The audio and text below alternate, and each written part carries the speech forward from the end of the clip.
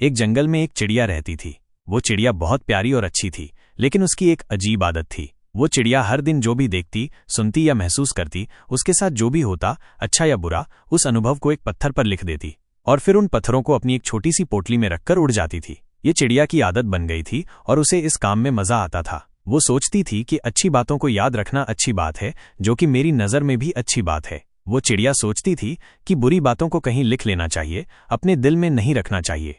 शुरुआत में तो उस चिड़िया को मजा आ रहा था। वो रोज पत्थरों पर अपनी बातें लिखती और उस पत्थर को अपनी पोटली में रख लेती। लेकिन जैसे जैसे समय बीतता गया, उस चिड़िया की ये आदत बढ़ती जा रही थी। हर दिन पत्थर जमा करने की वजह से उस चिड़िया की पोटली में बहुत सारे पत्थर जमा हो गए थे और इसकी वजह से उस चिड़िया को उड़ने में दिक्कत आने लगी थी और उसकी उड़ान कम होती जा रही थी। उसने ध्यान नहीं दिया कि पत्थरों का भार उसके शरीर पर बढ़ रहा है। उसकी यह आदत धीरे धीरे उसे शारीरिक और मानसिक रूप से थका रही थी। कुछ दिनों के बाद उस चिड़िया का चल पाना भी मुश्किल हो गया था और एक दिन ऐसा आया कि वो चिड़िया उसी पत्थरों के बोझ तले दबकर मर गई। वो चिड़िया जिन पत्थरों को ये सोचकर जमा कर रही थी कि बुरे वक्त में वो अपनी लिखी हुई यादों को याद करके संभल जाएगी, उन्हीं यादों ने उसकी जान ले ली।